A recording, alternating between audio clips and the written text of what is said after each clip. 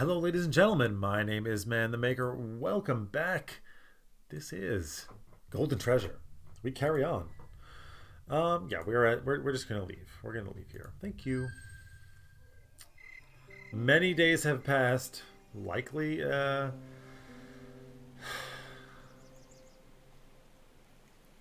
some event is gonna happen here. No, surprisingly not. It seems to be glowing blue. An elder may know more. Possess a decent collection of shiny things, but we are battered and bruised.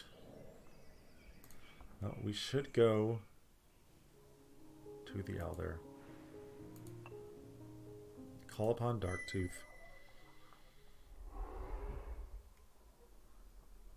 Hello, Darktooth. Standing near one of Darktooth's scent marks, you have let out a song of annunciation, and after a short time, the elderkin arrives. It settles its body down among the hills like a low mist and waits for you to state your purpose. Naturally, any question must come with an appropriate payment. How shall you address the elder?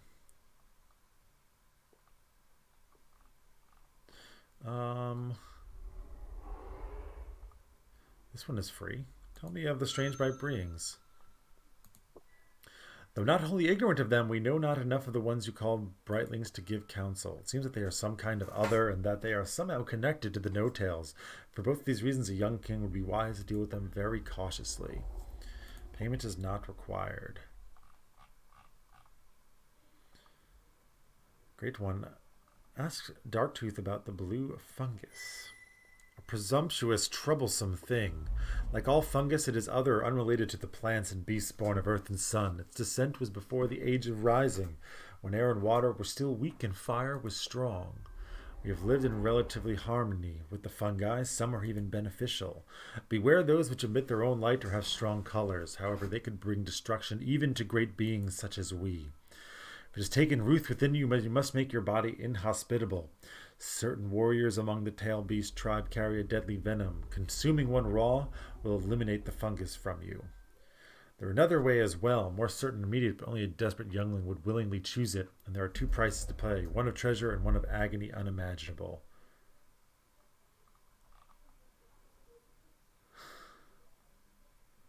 Seek out a death bite tail beast.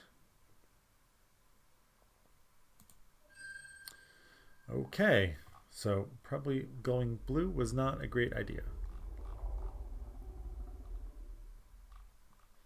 I found an interesting object. His hatching found a treasure of unusual nature. For prices, one can sing of its hidden lore. I do not have such things. And I can do it myself. Do I want to trade my treasure? Do you wish to trade? Trade. A young kin suggests trade with a being who has seen thousands of turnings, millions of suns, to imagine I could possibly have anything worth bargaining for. And yet presumption and arrogance are the enemies of wisdom. We have far more poultices than we could possibly make use of. And perhaps a young kin might find wakeleaf useful in restoring energy. Poultices are bundles of plant sages, herbs of great power, which when applied to torn flesh hastens its mending. Probably not interested in that.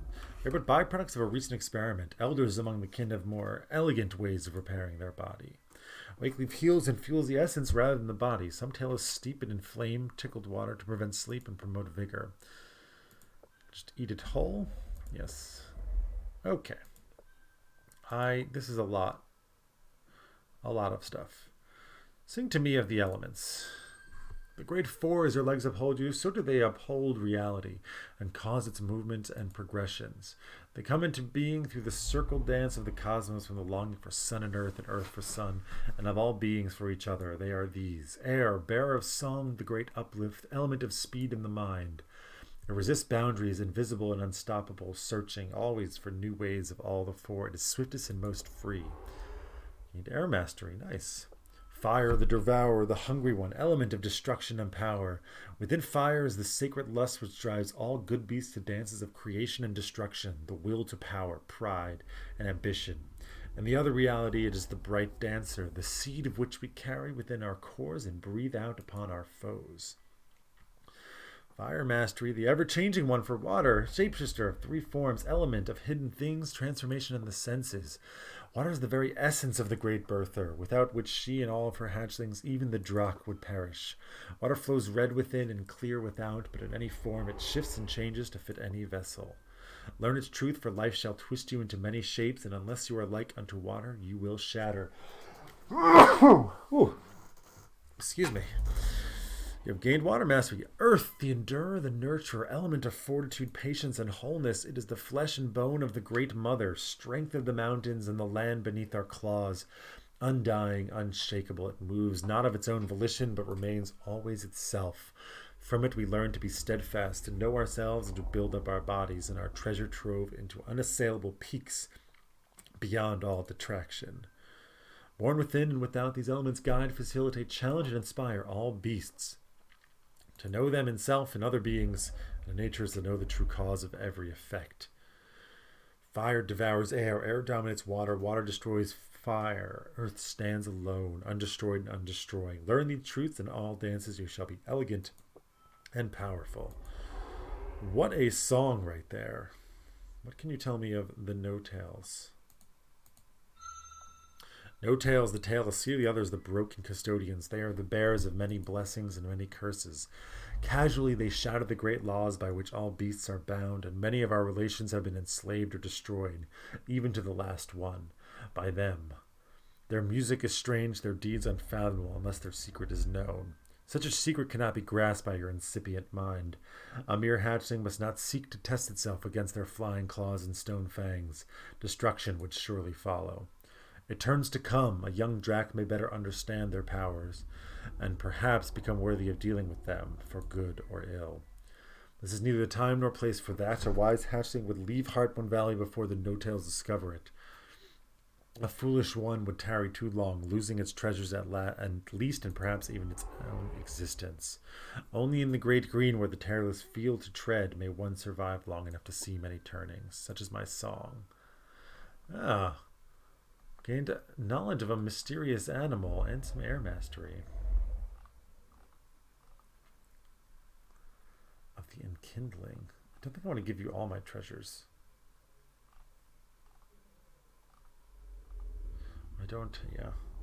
I mean, on one hand, you are giving me stuff for these treasures. I don't know what else we do with them. Sing to me of the others. The myriad tribes of feather and scare of all those who adhere to the true way of destruction and creation, whose minds are clean and pure. These are the good beasts, offspring of earth and sun. Wise kin would respect them all, from the least to the greatest, for though they are less powerful than we, they are our relations, and their music is in harmony. The others are those whose music is dissonant, whose ways are strange because they are no longer, or perhaps have never been, children of the great giver above and the great birther below. They violate the ancient ways, hunting without destroying and destroying without hunting. There are several kinds, but they always carry a mark of their other nature, a lack of such things as good beasts have, such as feathers, fur, scales, or even tails. If one is unfortunate enough to encounter one, a wise drak would be cautious and never presume to know their minds or their strength. It was the others who, turning beyond turnings ago, overthrew the dominion of the drak and ended the golden age. When you have shed your copper birthskin and have more feathers in your crest, perhaps you will be worthy to know of the fall. Now the others stifled the great music of our people until but a humming whisper remained. Till such knowledge is gained, only a most foolish halfling would dare to meddle in the affairs of the others. Such is my song. Okay, just free mastery. There's a lot of reading to do here. Sing me the subtle beings, those who exist and yet have no visible body of their own. Some like the spirits of the great, whom we call elementals, are shards of a greater truth trickling down through our reality. This is a lot to read, and my voice is getting a little tired. I do like the reading, but I'm overwhelmed at this very moment, so I'm going to skip it a little bit here. These are just talking about diseases. Yeah, free water mastery. I think I will just keep the rest of my treasures. I think so. Sing to me of the enkindling. I want more fire. This will be the last one. Darktooth's crest feathers lift slightly, though mild. It's the first time you have seen the kin elder surprised. Ooh, such truths are not often known to hatchlings. Sing to me of your knowledge. After explaining your encounter with an enkindled being and offering Darktooth 3 shiny things for his counsel, it's not for a short time, as though considering how to respond. All beings undergo subtle changes from generation to generation. They are refined, transformed, Darathu sings, the song measured and careful. It is possible by sharing one's essence with another to accelerate the process, incurring eons of flow change upon life within a shorter span. Such an act never changes a being's essence, but both body and mind may drastically be altered. New gifts manifest, new ways of expressing the truths which slumber within. Great caution which must be observed when this sacred power is used. The hatchling before me must grow much wiser and much stronger before more is said. This sun, only this will be sung. The true nature of all beings, from the largest to the smallest, is bound to the heart of the one song. Bringing these forth is the essence of enkindling. Such is my song. I will leave. All right, another night goes by. They're probably getting quite close. I'm guessing I have until this is done, or have they found me? Nope.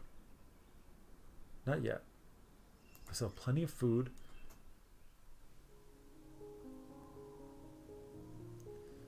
I am tempted.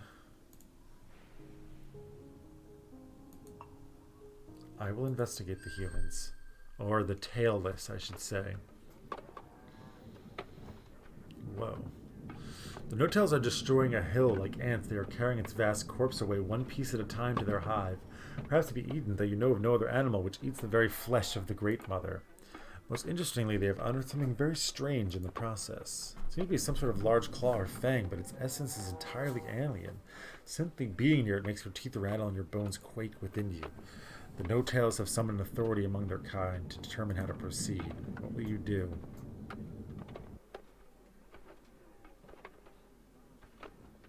Sing to the slave beasts the no-tails have restrained nearby? The great gazer placidly waiting nearby is a simple mime, but with patience you manage to get trade thoughts with you. Informs you that no-tails do not, in fact, eat the Great Mother's flesh which they pull from the hill, but fashion various things out of it whose purpose the grazer does not know. It does, however, remember this teeth-rattling essence before, when it accompanied its masters to meet what it called the diggers.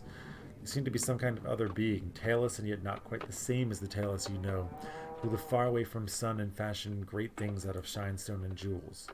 Whatever this thing is they found, they must have been lost by the diggers and may be something of importance to them. At this point, the great grazer's thoughts and opinions begin to have more and more to do with the grass. It must be getting hungry. Stop communicating with it. After a few questions in a row, it answered with nothing more than grass. Yummy grass. Very unlikely to happen. We just smoked some stuff. We are forced to flee, yeah. Okay, well, we got some fire mastered. Your time in Heartbone Valley has been reduced.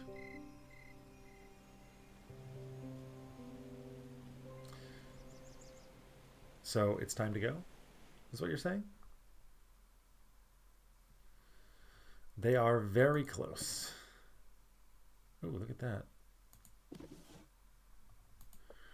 If you wait very much longer, you're likely to be discovered. You should head towards the entrance to the Great Green. I will do one more.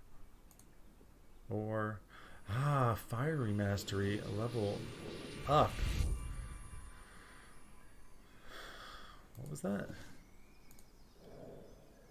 Fire flash. Fire attack used during the Dance of Destruction. A brief burst of flame, which is a very small amount of fire damage, blinds your opponent for the next round and costs energy. They're very close.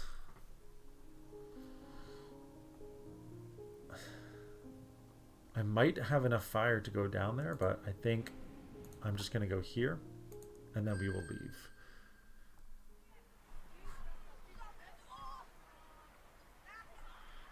You're exploring the warmward part of the valley, staying near the stream. The sun is particularly bold when you hear a prolonged splashing sound.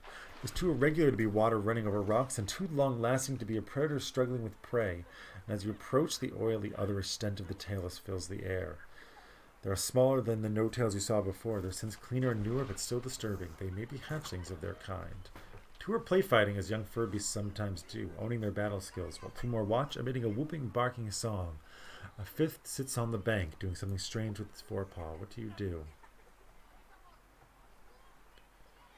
I will attempt to communicate. The one on the bank, alone.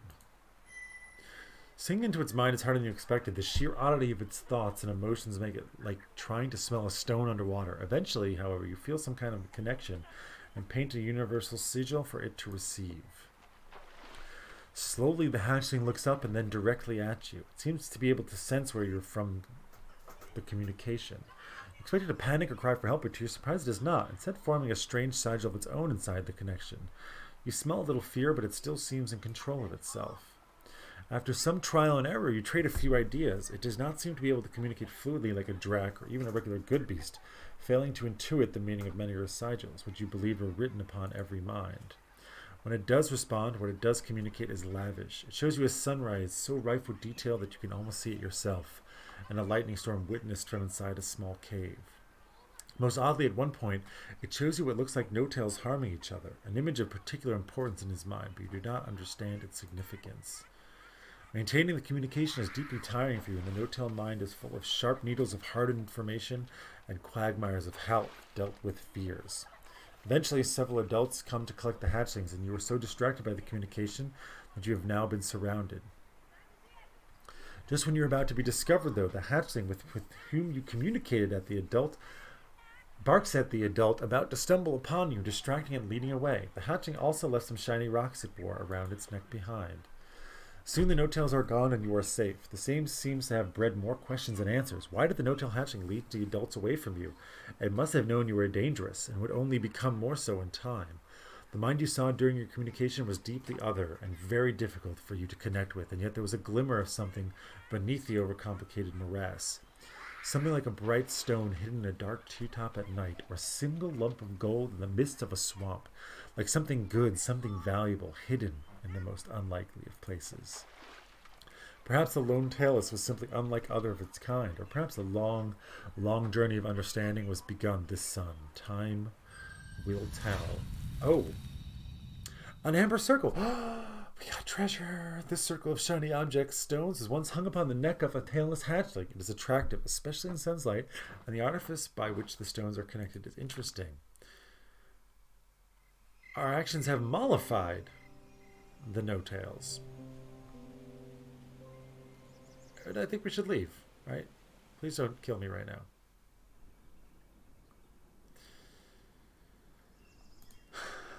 I think it's time to go.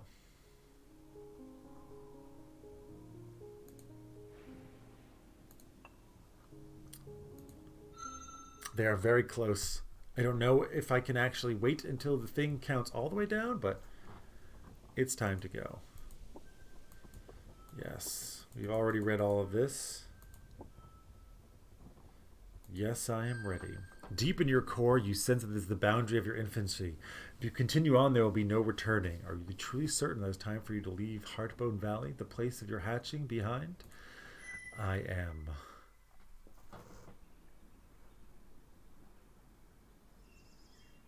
You return to your den and swallow up your treasures. You know that they are mere trinkets compared to the wonders that await discovery in your true home to be, but they represent the trials, the precious failures and successes from which you first learned, and you regurgitate them when you have found your lair within the great green. Pausing, you take one last look at your tiny den, already too small, which was your first home outside the chamber. It will become a haven for other good beasts, and you begrudge them not. You have made up your mind, and this land is no longer your home. Here we are. Take the steps, little buddy. As you return to the boundary and take a single step across, your feathers rise instinctively. The spirit of the great green is watching you, judging you, and is not alone in doing so. Oh, my. A coppery mass lunges at you from nearby behind a tree. You narrowly avoid being hit by a raking talon. Your attacker is a true kin and a hatchling as you are. From its scent, it is obviously fruit of the same creator. One of its rear legs is warped, withered, and inwardly turned by some cruel trick of the one song. You decide to call this young kin Twist. It draws itself into as much of the traditional posture of challenge as it can and hisses at you. Invader. Defiler. Turn back. The heart of the great green is mine. I alone am worthy to inherit the prey-ripe realm of my creator, the land for which it suffered, for which it was destroyed. My justice shall descend upon all who enter as surely and inexorably as the fall of night. Ooh, it's getting late and my mouth is getting tired. You might have noticed the descent in my reading capabilities. It's almost 11 o'clock now. I've been doing this for 3.5 hours. Begone or feel my wrath. Apparently, Twist has claimed the Great Green, and quite recently at that. It has not properly scent marked the border, nor does its essence yet creep through the soil or sink through the wind as it does when the land recognizes a new monarch. What will you do?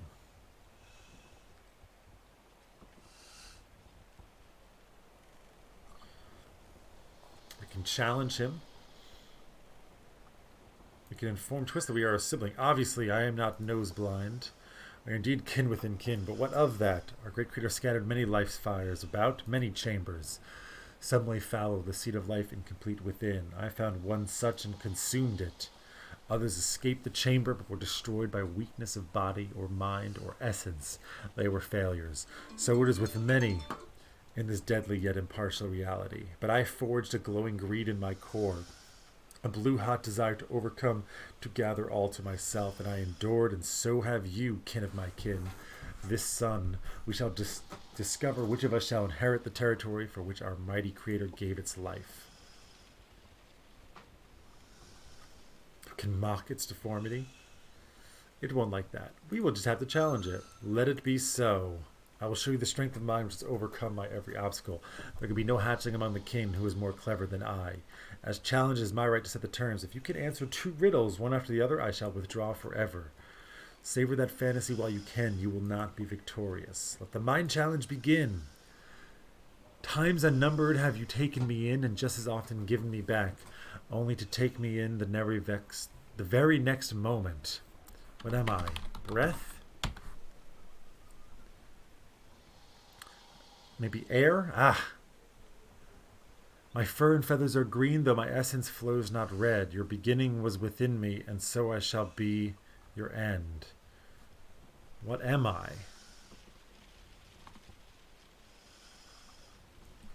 The planet.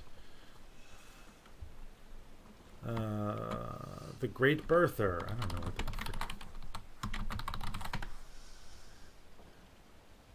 the Great Birther. You lost your territory and became a homeless wanderer. Oh, what? Oh, okay. That's 2 lives down. We are back where we were. Yes, I am forced to leave again. Though I will have no lives soon. Not great.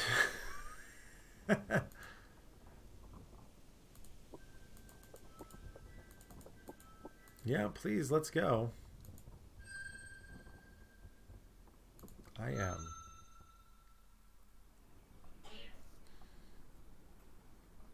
I mean, there's no hint. I think the first one is air.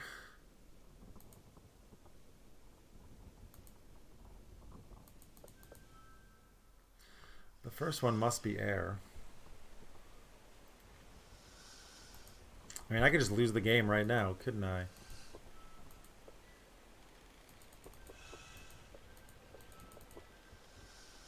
What will you do?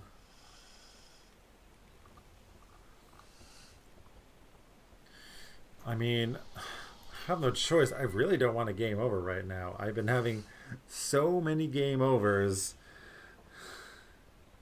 My God. Let it be so. Give me food and I shall thrive. Give me water and I shall die. What am I? Give me food and I shall thrive. Give me water and I shall die.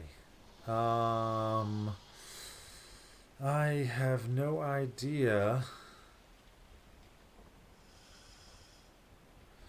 I might even look this up. Oh, jeez. I really cannot think of this. Give me food and I shall die.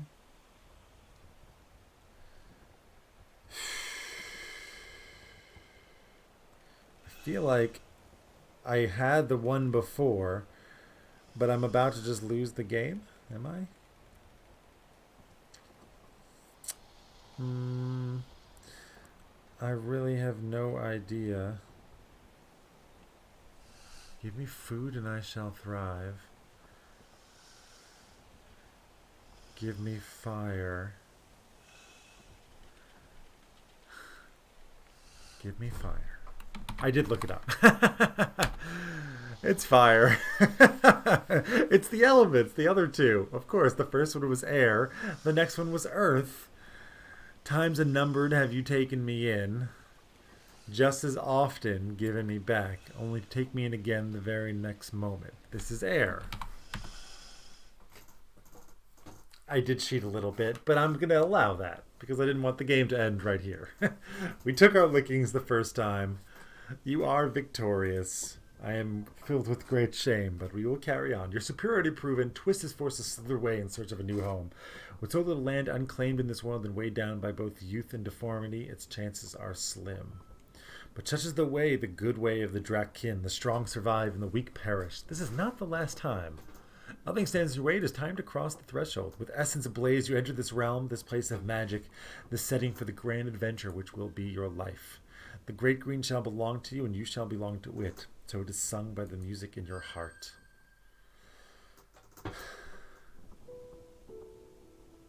Pretty. Following custom, you journey for 5 full suns after leaving Heartbone Valley. Your new home must not be too close to Darktooth's. You will need a good and wide hunting ground, and the Elder's power should not be slighted.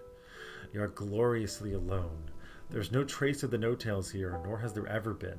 Their kind has never marred the heart of the Great Green, the wild forest primeval. This turning of earth draws to a close. A colder wind ruffles your feathers. The trees are shedding, their scales falling around you in golden tribute. A bone-deep fatigue sets in. Your first great sleep looms. You must find a lair to claim and a place to lay your body and your treasure. One crisp sun, you see it. A high swell of earth's flesh, a place of sight and safety. It is high enough to survey the land around it with impunity, yet low enough to allow easy access for a youngkin as yourself who cannot yet tread the air.